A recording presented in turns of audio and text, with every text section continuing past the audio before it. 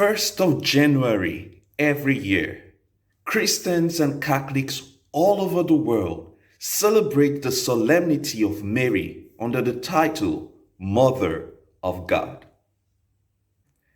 Hello everyone, I am Brother Orerime Paul Akpomie.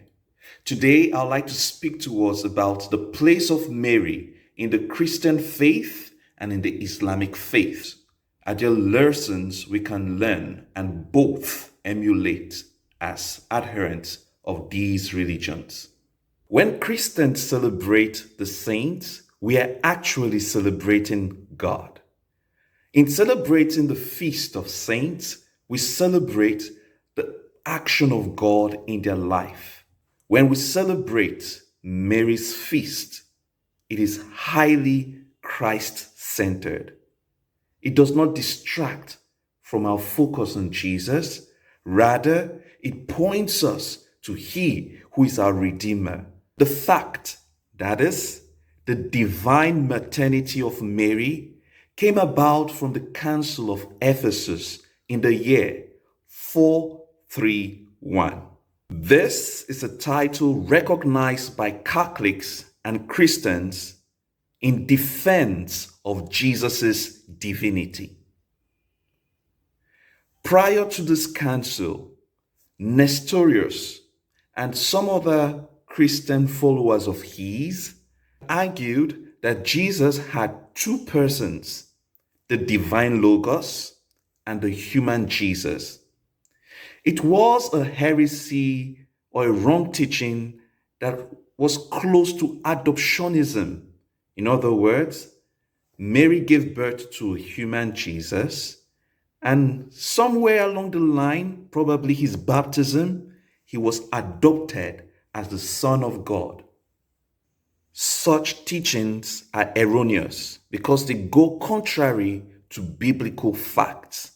Galatians chapter 4 verse 4. When the fullness of time had come, God sent his Son, who was born of a woman.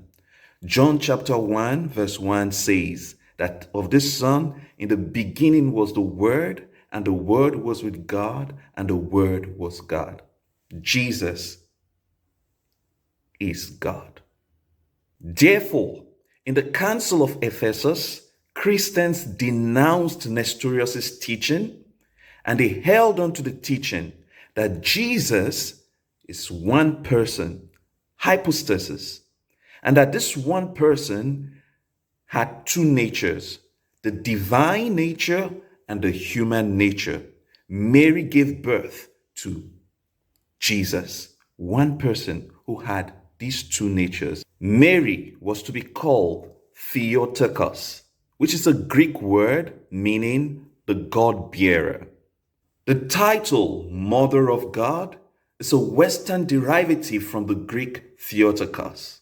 Therefore, the title Mary, Mother of God, has Jesus Christ at the center of this whole teaching.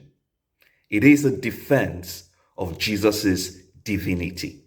Mary is highly honored in Christian and Islamic religions. Muslims do not regard Mary under the title Mother of God.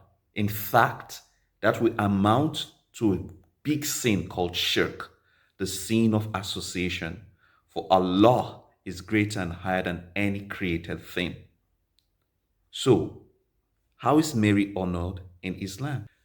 The Quran doesn't usually mention names of individuals. When names of individuals are mentioned, it is either because they are prophets, and when these are mentioned, it is to show the exalted position these persons hold. The Quran mentions names of great women, like the mother of Musa, Moses.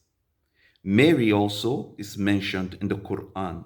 ولكن في قرآن واللغة العربية اسمها Mariam.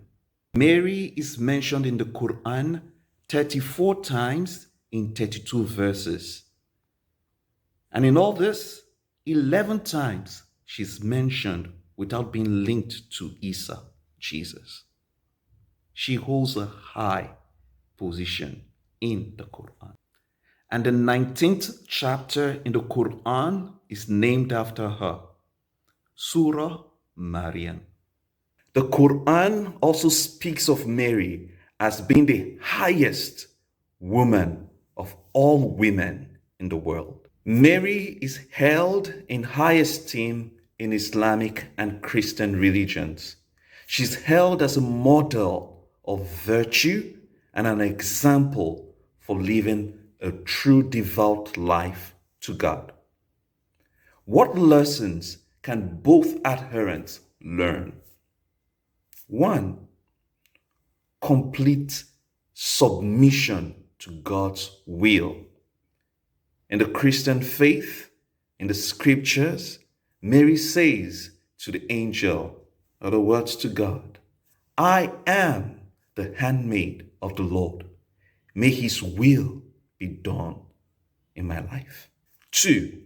Mary is also a model of true obedience to God's will. Both religions hold Mary in high esteem as a model of living a chaste life, a pure life. Today, we experience a high level of religious intolerance.